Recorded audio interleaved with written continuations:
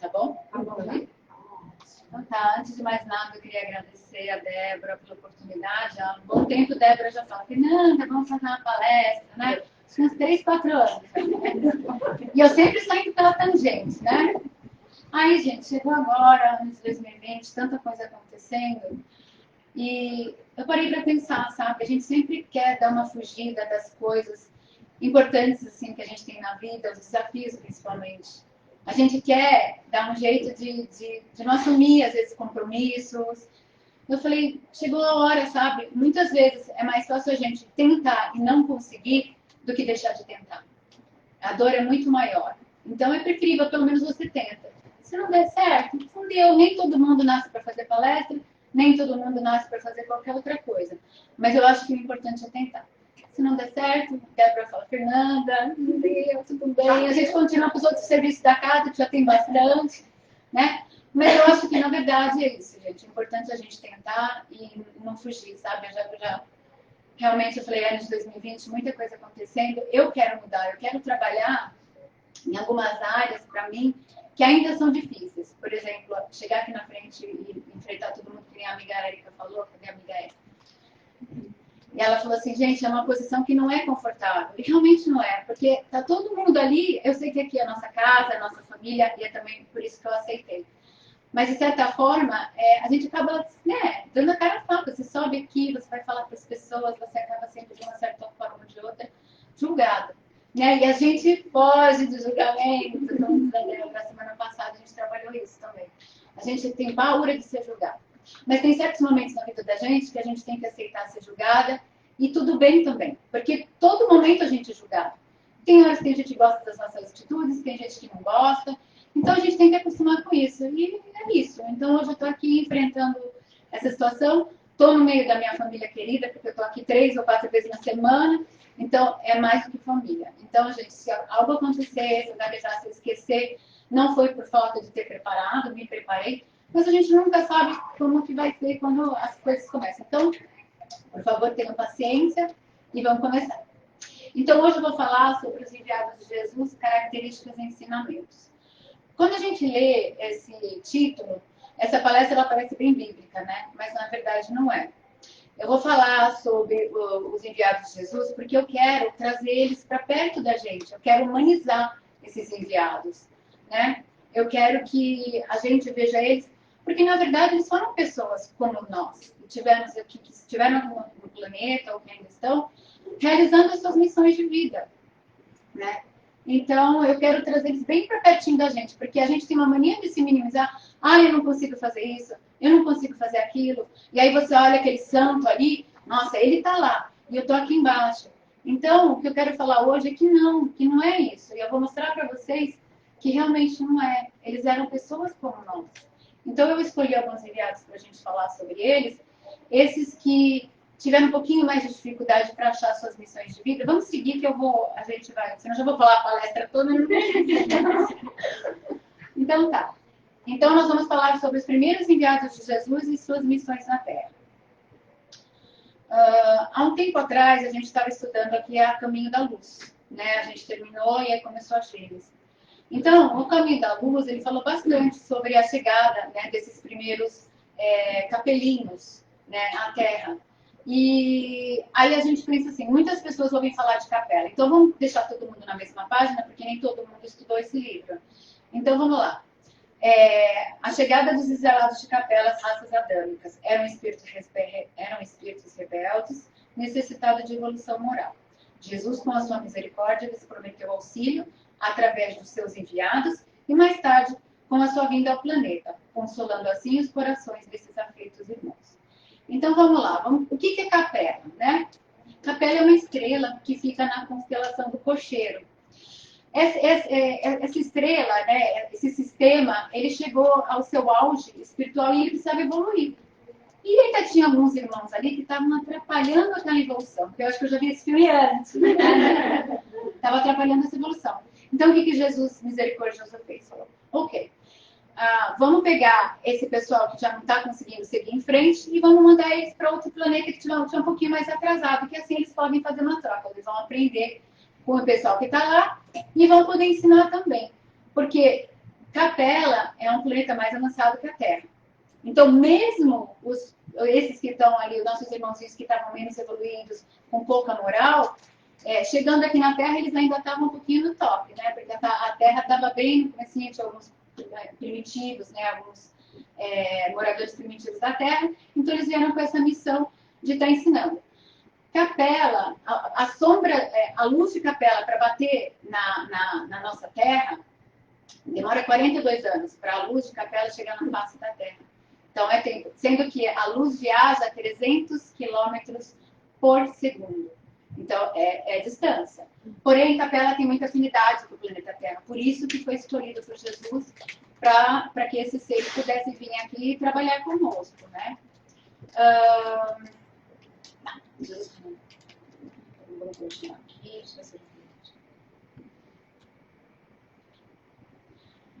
Ok, esses degradados de Capela chegaram e eles formaram as 4 grandes raças. A origem das 4 grandes raças são as raciais.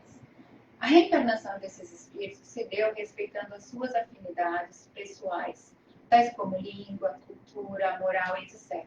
E se fixaram em meio a tribos de famílias primitivas já existentes em nosso planeta, beneficiando as raças amarelas e negras que aqui se encontravam. Então, eles realmente vieram aqui para se misturar e ensinar, né, o povo que aqui se encontrava, que era primordialmente a raça amarela e a raça negra. Então, eles formaram 4 grandes povos. Então, a primeira que a gente vai citar aqui é a civilização egípcia. Bom, os egípcios, aqui nessa casa, todo mundo é tudo egípcio. Aqui a gente lê livros, a gente troca sempre informações sobre o Egito, que a gente gosta muito do Egito.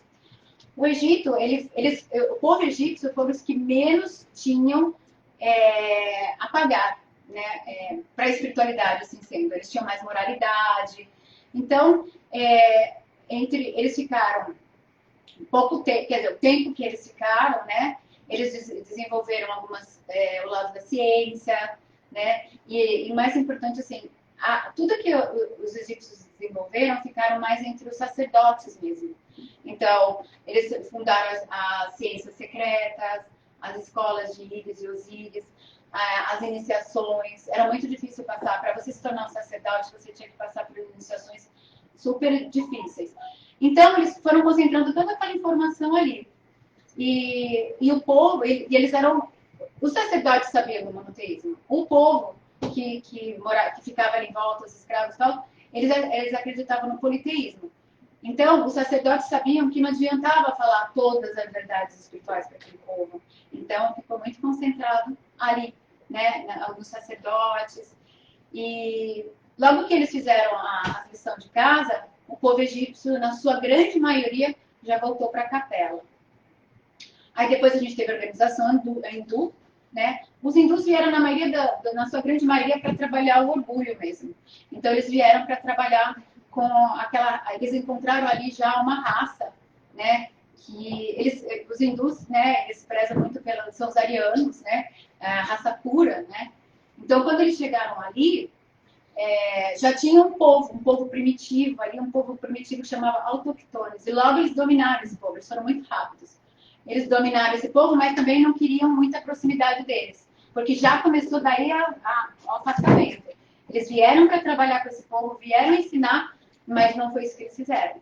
Eles eram povos muito orgulhosos, eles não aceitavam a situação deles de degredo.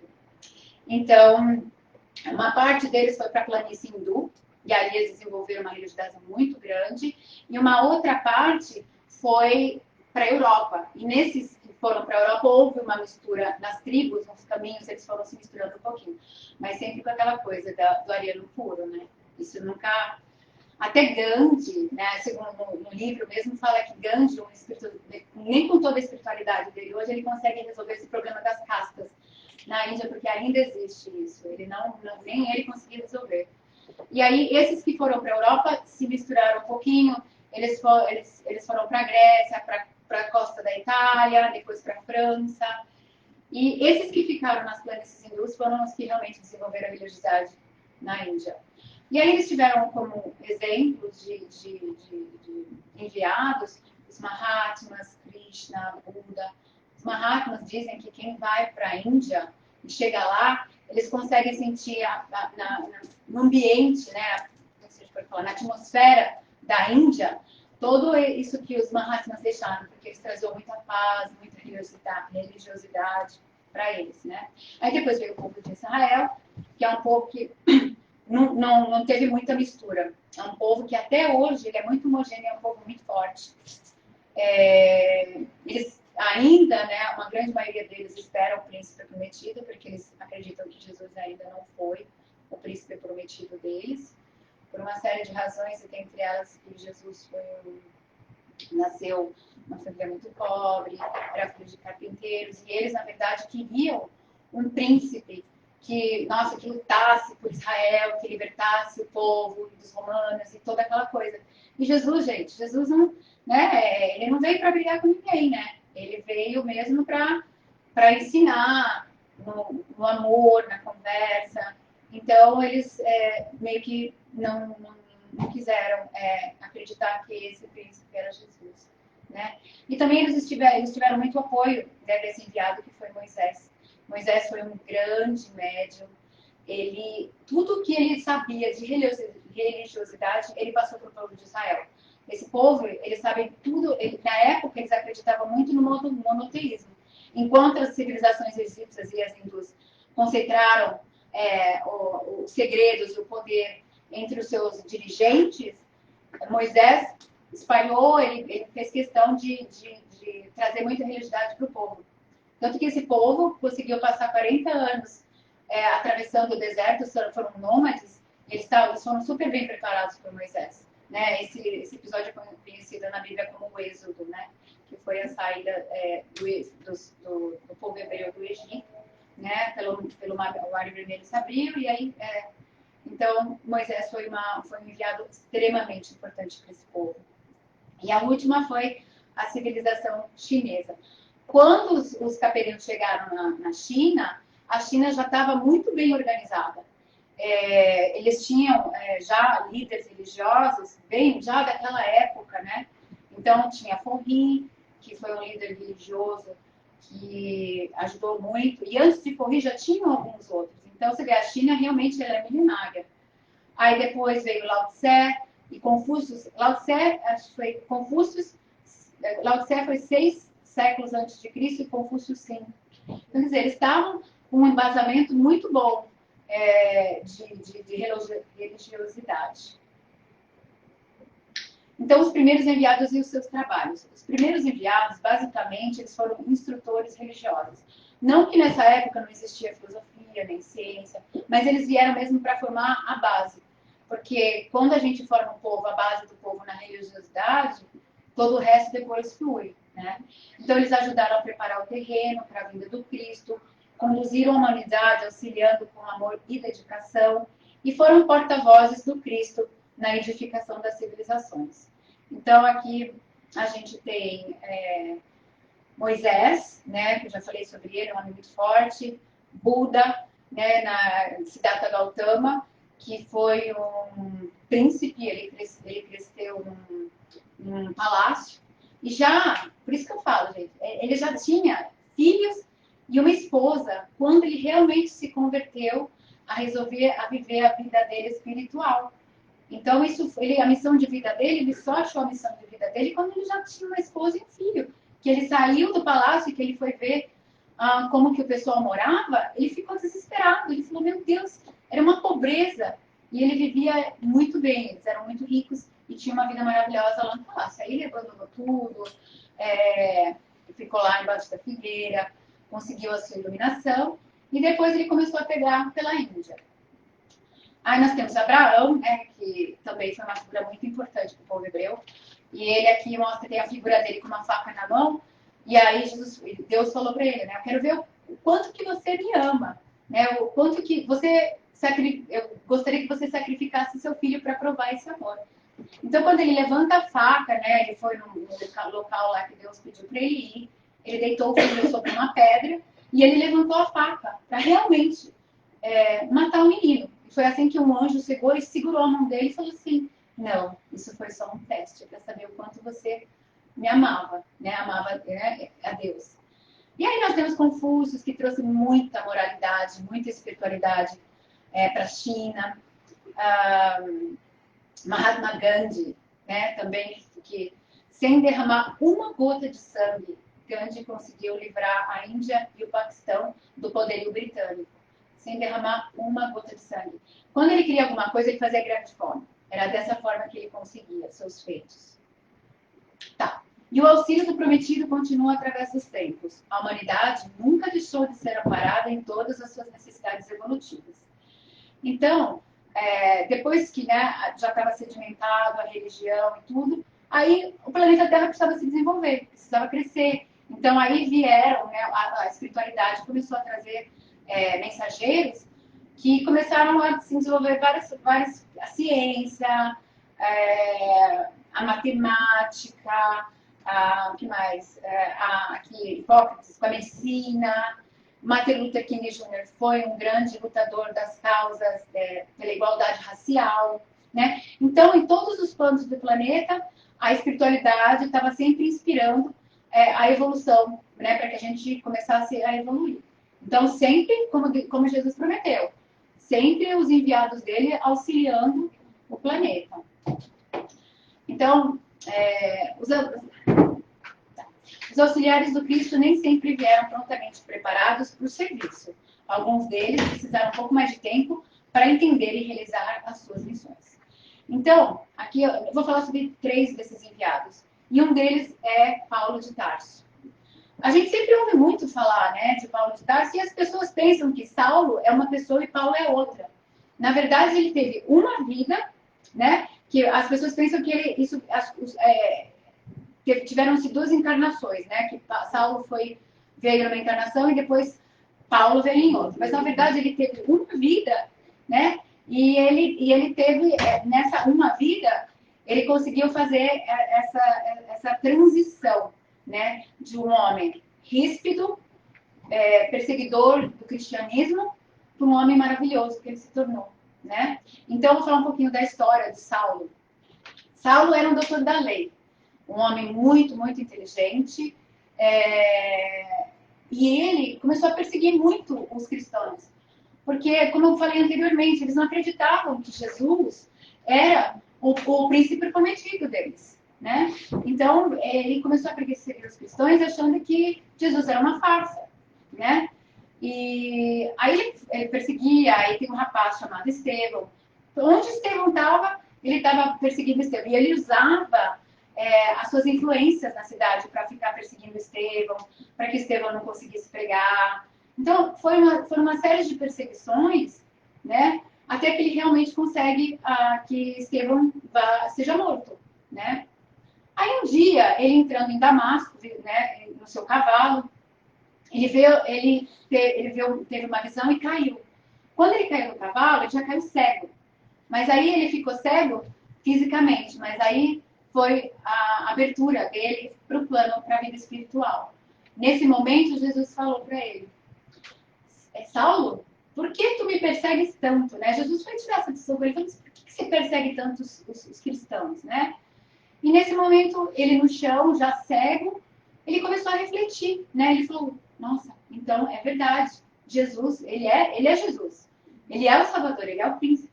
E aí, a partir desse momento, existe a conversão né, da vida dele mesmo. Ele aceitou, ele entendeu que a sua missão de vida era totalmente diferente do que ele estava fazendo até aquele exato momento.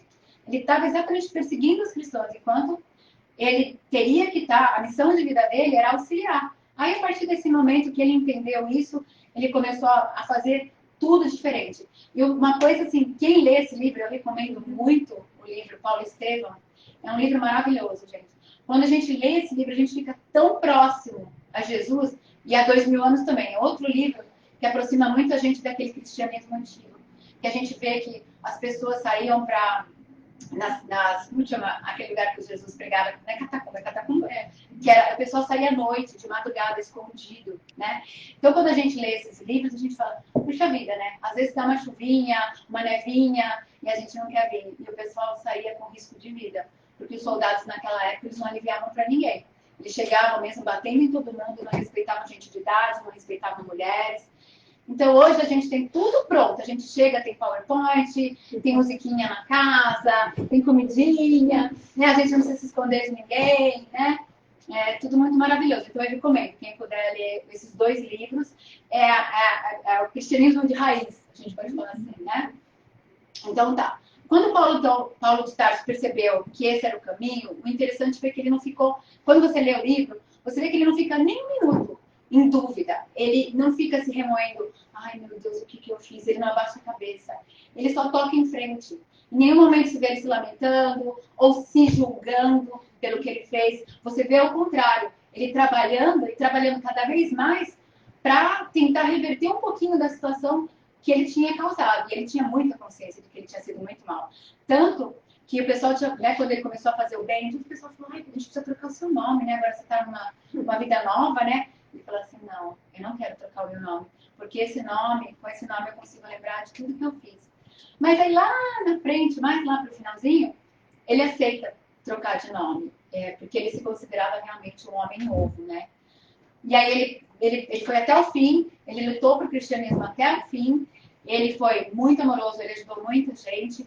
E aí, quando ele realmente foi até o fim, tanto que ele morreu lutando pelo cristianismo. E o mais bonito foi que quando ele desencarnou, Gamaliel e Ananias, porque na verdade, quando ele estava entrando em Damasco, ele estava vindo atrás de mais um cristão. Ele estava querendo pegar Ananias. Ele queria, né, se vingar de Ananias. Então, e depois, um pouquinho depois, foi Ananias que curou a cegueira dele. Então, ele ficou muito amigo de Ananias. Então, quando ele desencarnou, Gamaliel e Ananias foram recebê-lo. E imagina quem mais estava lá? Jesus, né? Lado direito, Estevão, e lado esquerdo, Abigail, que foi o seu amor, né, o seu grande amor, enquanto ele estava em terra. E o pior de tudo, Abigail era irmã de Estevão, e ele não sabia. Bom, isso só vão entender se vocês lerem o livro, porque senão vai demorar muito a falar. Então, o importante é a gente saber, né, o que eu quero que vocês vejam, assim, é que Saulo era um homem como qualquer outro. E ele pôde até ser reconhecido por Jesus depois, pelo trabalho que ele fez. Então, ele tinha todas as características de uma pessoa que você falaria, ele não vai trabalhar para o Cristo, ele não vai. Então, e na verdade, ele foi um grande trabalhador para vocês verem como a gente se diminui muitas vezes, como a gente se acha tão incapaz de ser bom, né? E nós somos, gente, nós somos muito bons, a gente tem muita capacidade de muita coisa, né? Então, vamos ver as características iniciais de Saulo de Tarso. Ele era perseguidor do cristianismo, ele era implacável com seus adversários, ele era vingativo, ele era impulsivo, ele era vaidoso, porque ele era muito inteligente, ele era um doutor da lei. Então, ele era orgulhoso, ele tinha instinto do domínio e perseguiu Estevão até sua morte. Enquanto ele não viu Estevão morto, ele não sossegou. E aí vamos ver o Paulo de Tarso já missionário, né? Grande mensageiro do Cristo, amoroso com todas as criaturas, e ele era. Vocês podem ler o livro, que uma vez a gente até comentou aqui, a gente estava trabalhando aqui nas bonequinhas, com o pessoal do Love and Charity, e estava todo mundo lendo o livro ao mesmo tempo. Aí eu falei, nossa, estou apaixonada por Paulo de Tarso. Amiga, não, eu que estou. Porque ele realmente, ele cativa. Não sei dizer a vocês o que é, mas leiam o livro. Então ele se tornou um grande mensageiro do Cristo, ele foi amoroso com todas as criaturas, ele foi resignado, trabalhou do Cristo, sofreu as humilhações e torturas e morreu honrando Cristo. Agora eu vou falar sobre São Francisco de Assis. São Francisco de Assis é outro caso muito semelhante que a gente pode pensar o quanto a gente pode ter um missionário aqui, nessa sala, que pode, agora, daqui para frente, perceber a sua missão de vida. Né? Porque esse é o meu intuito, é de fazer vocês perceberem a missão de vida, né, de cada um de nós. Pode muito bem ter. Então, este grande trabalhador do Cristo também não veio pronto, não. Ele nasceu em Assis, na Itália, em 5 de julho de 1182, com o nome de Giovanni de Pietro de Benadori, e foi filho de comerciantes ricos. Então, ele teve uma família rica.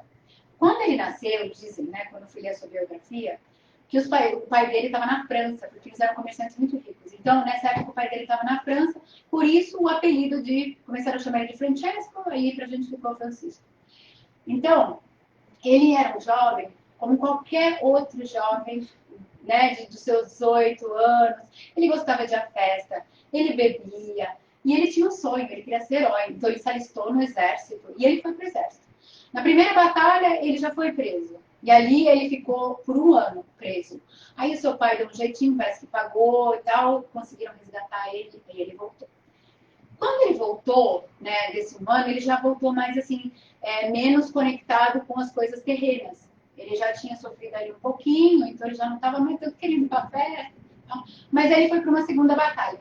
No caminho, quando ele estava indo para essa batalha, ele ficou doente e aí ele viu assim, ele teve como se fosse uma premonição pedindo para ele voltar para Assis. E aí ele volta para Assis. E quando ele chega em Assis, ele começa a fazer algumas coisas diferentes. Teve uma passagem que ele troca de roupa com um mendigo, ele começa a pedir esmola, ele abraça um leproso. Então, a partir daquele momento, ele sentiu que alguma coisa mudava dentro dele, né? E aí ele continuou, né, a sua vida. Aí ele foi para uma igreja. Quando ele entrou nessa igreja, ele ouviu um chamado, né? Ele falou de Jesus, né? Falou: Francisco, reconstrói a minha igreja. Aí ele ouviu aquilo, ele falou: eu vou trabalhar para o Cristo. E aí ele percebeu qual era a missão de vida dele. Aí ele abandonou de vez a sua casa, fundou a organização dos franciscanos, né? E aí ele foi viver assim, dessa forma, viver de esmolas, viver de doações. E assim ele ficou. E ele tinha as chagas de Cristo nas mãos e nos pés também. Que ele disse que ele gostava muito de esconder, ele não gostava que as pessoas vissem. E ele passou os últimos anos da sua vida na floresta com outros 3 frades. E nessa ele começou a se aproximar muito dos animais. Ele tinha uma conexão tão grande com os animais que ele podia conversar com os animais. E uma vez tinha um lobo que estava atacando uma aldeia. E ele conversou com esse lobo e o lobo parou de atacar essa aldeia. E ele ficou ali na floresta até o resto da vida dele. E foi ali que ele foi. Então vamos ver antes da missão dele como é que era. Rebelde, extravagante, festeiro, aventureiro, mundano, bebia e adorava luxúria. Uma pessoa que a gente nunca ia imaginar que se tornaria um trabalhador, né? Um enviado. E aí depois do chamado ele foi devotado a Deus, viveu na pobreza e religião. Ele teve o desapego mundano, aprendeu a amar os homens, a natureza e os animais, e faleceu em 1226 e foi canonizado em 1228 pelo Papa Gregório IX. Agora eu vou falar rapidinho de Dom Pedro II, o missionário imperador da pátria do Evangelho. Eu acho interessante, no livro Brasil, Coração do Mundo, Pátria do Evangelho, ele tem um capítulo que ele fala um pouquinho sobre Dom Pedro II, né? Então, só que ele fala da parte do espírito que ia ser o que ia encarnar no Dom Pedro II. Então, Jesus tinha uma missão para esse espírito chamado Longinos. Ele falou: João Longinos, eu tenho um trabalho muito importante para você. E se você tiver sucesso nesse trabalho, essa vai ser a sua última encarnação no planeta Terra. Aí, Longinos prontamente aceitou. Então, ele falou: Longinos, vai ser uma encarnação muito difícil para você, porque você vai vir em uma família nobre, você vai ser um imperador, mas você vai ter que trabalhar pelo povo. Você vai ter que realmente, porque a posição geográfica do Brasil, o Brasil é o coração do mundo, é um país que eu quero ver muita fraternidade, muito amor ali. E ele foi assim que Longinos fez, ele aceitou o desafio e veio. Então, nasceu então Dom Pedro II, um missionário imperador da pátria do Evangelho. Dom Pedro II tinha apenas 1 aninho quando sua mãe faleceu. Quando ele completou 5 anos de idade, Dom Pedro I voltou para Portugal e ele ficou com um tutor. Quando ele completou 15 anos, teve o golpe da maioridade no Brasil e aí ele assumiu, aí ele assumiu realmente o seu posto de imperador. E todo mundo fala que ele era muito, muito correto, sabe? Ele era um rapaz já com 15 anos, ele vestia a farda, já todo mundo parecia que ele era um homem. E ele governou mesmo. Ele foi até o fim, ele trabalhou a fim, porque ele só tinha um probleminha, assim, que quando eu estava lendo a biografia dele, falou que ele era um pouquinho, assim, acho que foi uma falha de Longinos. Ele era um pouquinho mulherengo. Longinos falhou nessa parte. Ele veio bem homem mesmo, né? Longinos não conseguiu ser isso, gente. Então, mas ele foi, assim, ele veio e ele cumpriu a sua tarefa muito bem. Ele era chamado de magnânimo pelas pessoas, porque ele estudou bastante. E ele conseguiu desenvolver, ele fez ferrovias no Brasil, ele fez muita coisa boa, tirando a parte aí, as bagunças que ele fez nesse lado pessoal da vida dele, o resto ele fez muito bem. Ele governou até, e Jesus já tinha falado para ele, no fim do teu governo vai acontecer a libertação da escravatura no Brasil. E aí realmente aconteceu, que a filha dele mais velha, a Isabel, a princesa Isabel, foi ela que fez a lei do ventre livre, libertando os filhos dos escravos, e os bebezinhos que nasciam já nasciam livres, e depois a Lei Áurea, né, que absorvia realmente a escravidão no Brasil, acabou com a escravidão no Brasil. O Brasil foi o último país no mundo a acabar com a escravidão, acho que, se eu não me engano, em 1888. E aí, bem depois, logo depois da libertação dos escravos, ele foi embora para a França, porque aí começou a República no Brasil. E aí já não tinha mais ele por ali, então ele pegou a família dele, e aí ele foi para Paris e ficou lá até os últimos dias dele. Então, Longinos foi um espírito escolhido por Jesus para encarnar na Terra e ser o segundo e último imperador do Brasil. Seria um missionário com a tarefa de governar em benefício do povo, amparar os fracos, corrigir as leis despóticas, inaugurar um período de processo moral, respeito, paz e fraternidade, e auxiliar na abolição da escravidão. E foi isso que ele fez. Longinos, com certeza, voltou e já conseguiu não mais reencarnar na Terra e fez um trabalho maravilhoso. Então tá, e agora eu faço uma pergunta. O que fez com que esses enviados fossem tão bem sucedidos em suas caminhadas? Então, eu vou falar 3 itens, é lógico que foram uma série de coisas que fez com que eles fossem tão bem sucedidos assim. Mas eu vou falar hoje de 3, porque não dá tempo de falar todas, né? Mas eu acho que as 3, assim, que eu acho, na minha percepção, importantes, e eu vou colocar aqui. Então, amor, que é uma coisa que a gente tem que ter, já é a base, né, da nossa vida. Tudo que a gente faz, tudo que a gente tem que usar muito o amor. Depois, força de vontade. Quando a gente está no plano espiritual, que a gente planeja o que nós vamos fazer aqui na Terra, a gente quer fazer um monte de coisa, né? Vai fazer isso, vai fazer aquilo. Aí, porque lá, gente, é muito mais fácil. Porque quando a gente olha para dentro, a gente fala assim, não, mas isso aqui eu aguento, eu consigo fazer isso aqui, eu consigo cumprir essa missão, né? Mas aí, a gente desce e aí o véu do esquecimento começa a atrapalhar tudo. Então, a força de vontade é uma coisa muito importante. Porque com força de vontade a gente consegue passar todos os obstáculos que vão vir no caminho, para que a gente consiga realmente realizar tudo isso, né? Todas essas missões, ou uma grande missão, que a gente tem para conseguir realizar. Então, força de vontade é uma coisa muito importante e disciplina. Porque quando a gente tem disciplina na nossa vida, nas nossas coisas, se a gente sai um pouquinho do caminho, quem tem disciplina, logo percebe, a disciplina faz você voltar no eixo e continuar o teu caminho, na tua caminhada, e você volta para o eixo com disciplina. Então, quando a gente tem disciplina na nossa vida, isso ajuda muito. Tá. Então, qual é a minha missão de vida? Como que eu faço para saber qual que é essa minha missão de vida? Eu acho que na pandemia, o que a gente mais ouviu falar foi sobre missão de vida. Então, você se pergunta, você é feliz? Você ama o que você faz? Você se sente completo como pessoa? E aí eu frisei aqui em amarelo, porque muitas pessoas acham que quando você tem dinheiro, né, você está cumprindo a sua missão de vida. Missão de vida não tem nada a ver com poder econômico ou classe social. Tá? Você sabe que você está cumprindo a sua missão de vida quando você é realmente feliz com aquilo que você faz. Vamos supor, tem um advogado, né? Esse advogado, ele trabalha, ele faz muito dinheiro, ele tem carro, ele tem carro, casa e apartamento.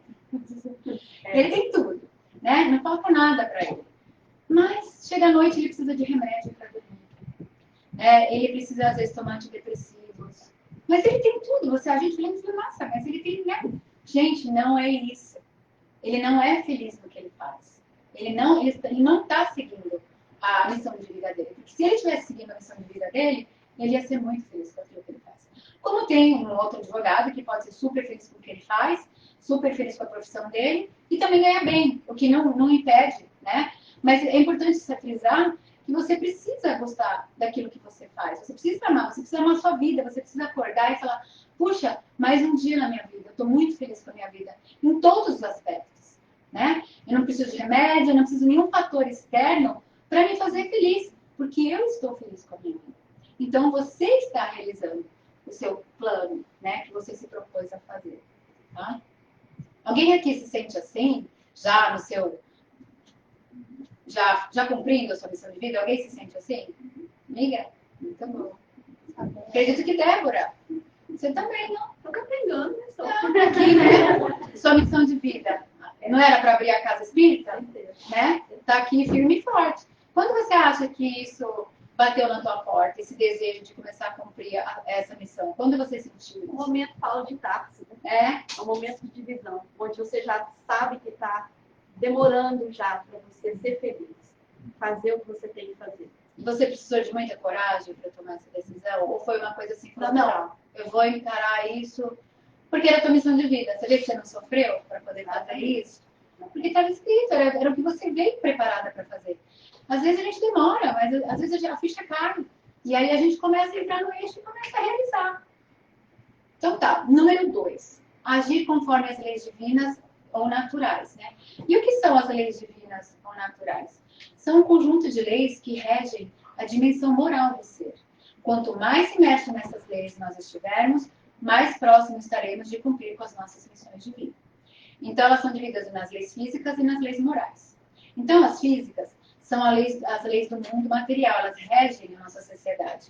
Essas leis são feitas pelo homem, para que a gente possa viver em sociedade e sabe, ter uma certa organização nessa sociedade. Essas são leis que mudam, porque elas são feitas pelo homem.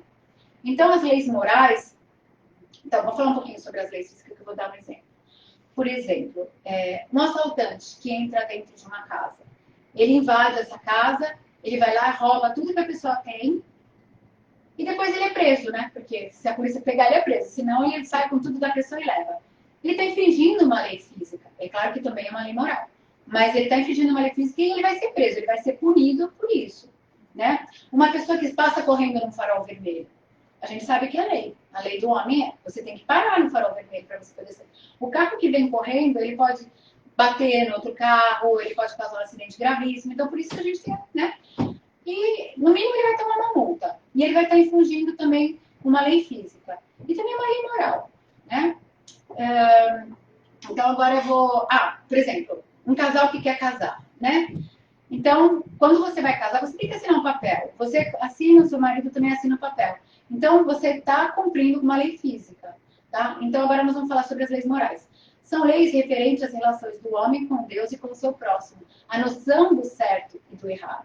Então, vou dar um exemplo. Eu entro aqui nessa sala, eu encontro uma bolsa aberta aqui em cima dessa cadeira. Eu venho, eu abro essa bolsa, eu vejo que tem uma carteira. Eu pego todo o dinheiro que tem naquela carteira, ponho no meu bolso e saio. Ninguém viu, não tinha ninguém na sala. Pelas leis físicas eu não vou ser punida. Mas e pela lei, né?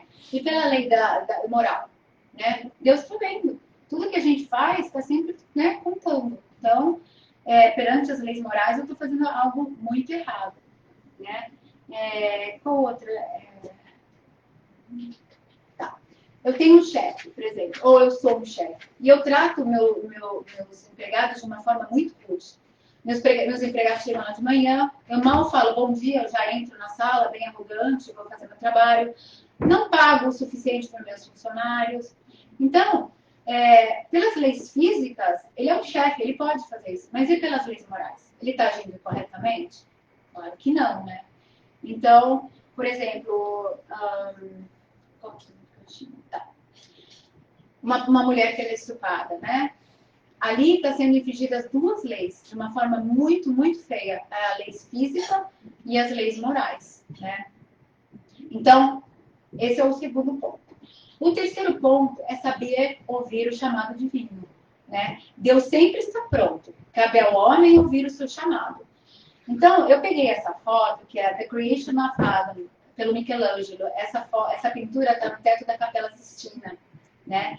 Então, se vocês olharem para a foto, vocês vão observar, vamos desconsiderar o Adão, tá? Porque aqui é a foto do Criador dando a vida ao primeiro homem, que no caso seria o Adão. Vamos desconsiderar que seja o Adão ali. Eu quero que seja uma pessoa comum, como qualquer um de nós. Vocês reparem que nessa mão ampliada, a mão do Criador, a mão de Deus, ela está fazendo o maior possível para alcançar o dedo. E o dedo do rapaz ali repastelado, né? Ele parece que está deitado numa folha, toda lá. Está com o dedo assim, né?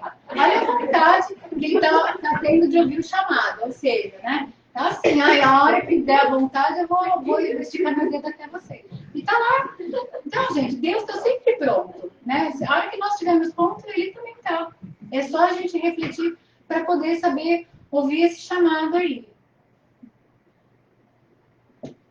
Então, okay. Todos nós somos enviados do Cristo. Ah, cadê o Marcelo? Ele tá aí. Ele falou, mas todos nós somos enviados de Cristo? Pronto, aí, eu coloquei. Todos nós somos enviados de Cristo. Com certeza, porque a gente estava conversando e falou, mas todo mundo é enviado de Cristo. Com certeza que é. Então, todos nós somos enviados. E temos uma missão, umas mais complexas que outras, porém, todas de muita importância. Ao completar a sua missão, o espírito amadurece, evolui, sendo esse o sentido principal da sua existência terrena. Então, eu vou falar rapidinho aqui sobre essa pandemia, sobre o Covid. Eu não vou entrar na questão de quem criou o Covid, se o Covid é chinês, se é do morcego, isso não importa aqui agora, né? Porque a gente sabe que uma folha não cai de uma árvore, sendo que deu a permissão de Deus. Então, se essa pandemia chegou até nós, é porque foi permitido e é porque tem um ensinamento atrás de tudo isso, né? Então, o que vocês acham que essa pandemia veio nos ensinar, né? Que nós somos todos iguais, independente de raça, independente de poder financeiro, porque, olha, muitas pessoas pegaram, muitos milionários, muitas pessoas pobres, presidentes, tudo, todos, independente de raça. Essa pandemia, ele estava em todos os países praticamente ao mesmo tempo, né? Então isso prova que a gente nós somos todos iguais. Não tem um ser melhor do que o outro. Não teve um ser que pôde ser tratado melhor do que o outro no hospital. Então, do lado de uma cama de um milionário, tinha um homem paupérrimo, muito pobre, né? Então, que não estamos no comando de tudo. Isso foi muito importante para a gente entender que a gente tem um comando maior, né? E que ele, né, que o nosso Pai, nosso Criador, ele está no comando do planeta, tanto que até hoje não existe a cura. Nós estamos com a vacina, nós ficamos confinados dentro das nossas casas, né? Até que Deus queira, né? Até que essa vacina chegue com a permissão dele. Então, nós não estamos no comando de tudo. Que precisamos parar e olhar para dentro de nós e buscar a nossa verdade. Nós tivemos muito tempo para estar em casa, né? E a gente teve muito tempo para refletir sobre as nossas vidas, sobre o que nós estamos fazendo, né? Aí volta aquela história, eu sou feliz com o que eu faço. Ou, muitas vezes a gente não consegue sentir a nossa essência. A gente trabalha tanto. A gente sai, a gente trabalha o dia inteiro, a gente volta. Quando a gente volta, a gente já está morto de cansado. A pessoa liga um piloto automático que ela já não sente a própria essência dela. Ela não tem conexão nenhuma com o divino. Porque ela vira um robô. Ela vai para o trabalho, ela volta, ela pega trânsito, ela reclama do trânsito, ela chega insatisfeita, né? Então, o Covid, ele fez as pessoas pararem para pensar nisso um pouquinho também. Meditação, foi falado tanto na meditação, que é o que conecta a gente com o divino. Eu acho que não tem nada tão especial quanto a meditação para a gente se conectar. E é uma conexão muito necessária. A gente precisa dessa conexão. Para a gente saber que senão a gente vai seguir a boiada, gente. E é o que eles querem, é o que os governos querem. Eles querem que a gente siga a boiada, que a gente não pense por nós mesmos, que a gente não sinta a nossa essência. E vai, porque é muito fácil eles comandarem a gente dessa forma, né? E que precisamos trabalhar e ser solidários e amar mais. Então, teve muita gente que pela primeira vez na vida conseguiu fazer uma caridade, teve a oportunidade de trabalhar por alguém, teve a oportunidade de fazer alguma caridade, né? Então a gente viu muita gente fazendo máscara. Aqui mesmo na casa, a gente teve várias doações de máscara, de pessoas que costuraram para doar, né? Muitos vídeos na internet auxiliando em várias coisas. Então, tudo que as pessoas podiam fazer, que elas tinham de bom para dividir, elas fizeram nessa pandemia. E todo mundo se mexia um pouquinho com o que sabia fazer. E foi muito legal, porque foi uma troca muito grande, né? Aqui na casa, por exemplo, a gente começou né, no finalzinho já da pandemia, a gente começou com a distribuição primeiro foi uma distribuição de sopa, né? Uma coisa mais assim. Aí foi tão legal que a gente resolveu ampliar isso e fazer todo sábado. A gente faz, então, os alimentos que a gente entrega na Pen Station. E é muito legal porque as meninas trabalham com, né, todos nós, a gente trabalha com muita vontade. Porque quando você entrega uma marmita, quando você faz um bem para alguém, aquilo ali não é só o ato da comida que está contando. Você está estimulando aquela pessoa que está recebendo aquilo a também fazer o bem. Então, o bem ele tem um efeito dominó. Né? Você faz, a outra pessoa se sente contagiada, ela sente vontade de fazer. Né? Então, isso é muito importante. Então, as meninas levam super a sério. O pessoal chega aqui 7 horas da manhã do sábado para cortar, para picar os alimentos. Quando é 11h30, tem horário, tem que estar com a cozinha limpa, tem que estar saindo com o pessoal para a Penny para entregar as comidas. Então, a casa religiosa não precisa ser só o centro espírita, as igrejas, os templos. É um bom lugar, a gente é muito sortudo, porque é um bom lugar para se trabalhar, para exercer essa fraternidade, esse amor, porque é um lugar que sempre precisa de ajuda. Nós sempre vamos estar precisando de voluntários. E aqui, por ser uma casa pequena, é muito engraçado, porque aqui todo mundo faz tudo, né? Então, de repente, você está com o avental, você está trabalhando na cantina. Aí você tira o avental, você vai limpar o banheiro. Aí você volta o avental e vai servir a cantina. Vai acabar de servir, aí você serve o almoço. Já está tudo preparado, você limpa o banheiro, aí você volta e serve o almoço. Aí, quando dá a hora, você tira o avental e vai para a salinha de tratamento. E ali você faz os tratamentos. Aí você volta para a cantina para ver se está tudo legal, se alguém precisa de ajuda. E aí, depois você ainda vem para mim. Então, todo mundo faz tudo. E isso é muito bom. Para casa, é maravilhoso, porque não tem uma pessoa que é melhor que outra. Não tem uma pessoa que, por ser médium, alguma coisa do gênero, é melhor do que o outro. Não. Porque todos os médios trabalham, são os que trabalham mais, fazendo tudo que tem para fazer aqui dentro. Limpando o banheiro, limpando o chão. Então, isso é muito maravilhoso. E eu acho que qualquer casa religiosa, o trabalho voluntário é muito bem-vindo. Então, nós somos muito sortudos de poder exercer isso aqui dentro. E cuidar do planeta Terra, né, gente? Porque depois de um mês, todo mundo dentro de casa, a atmosfera, né, que não teve carros e nada, né? A atmosfera ficou super limpinha. A gente saía fora, não sei se vocês sentiram, mas os meus olhos, às vezes, parecia que estava tudo tão limpo, tão bonito. A gente olhava assim, porque não tinha poluição, né? E aí a gente também tem que cuidar muito com o lixo, com os plásticos, com tudo. Por quê? Quem vai voltar, né? Se a gente estragar o planeta que a gente está vivendo agora, quem é que vai voltar para cá no futuro? Nas próximas encarnações, com as suas missões de vida para cumprir? Nós mesmos. Deus nos entregou esse planeta maravilhoso, perfeito, né?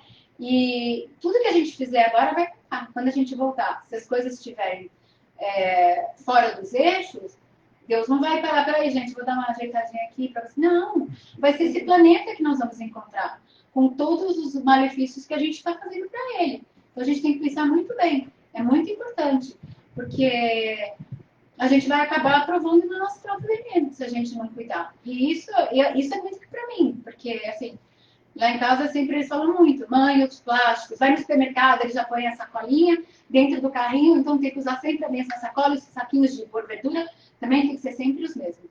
Então eles estão me ensinando isso, e é muito bom. Então, é isso, gente. Eu vou passar rapidinho, se dá tempo de passar um videozinho a 2 minutos. É um videozinho sobre fraternidade. Ele é bonitinho. E vocês vão ver como a fraternidade é uma coisa que a bondade. Vocês vão ver que é dominó.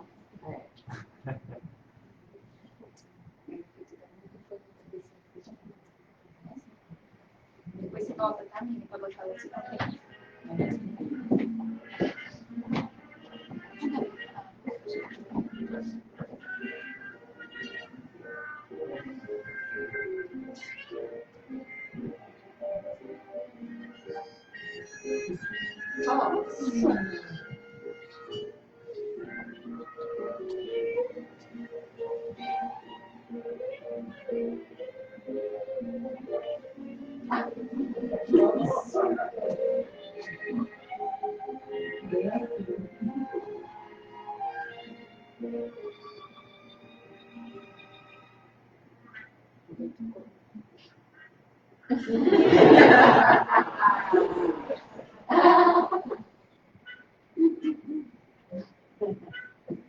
Ele não gostou.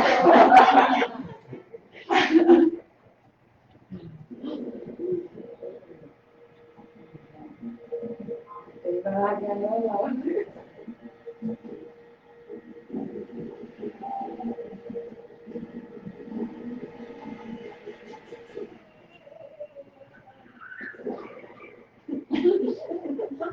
E viu a morte de perto.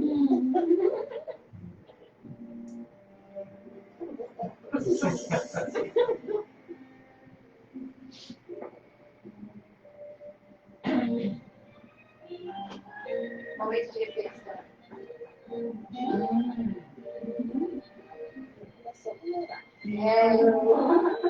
Refletiu. Voluntariado.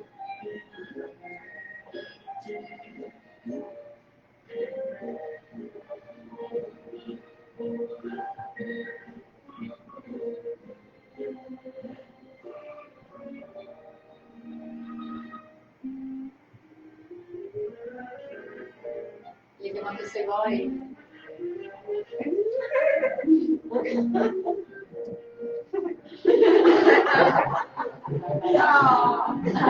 Bonitinho, né?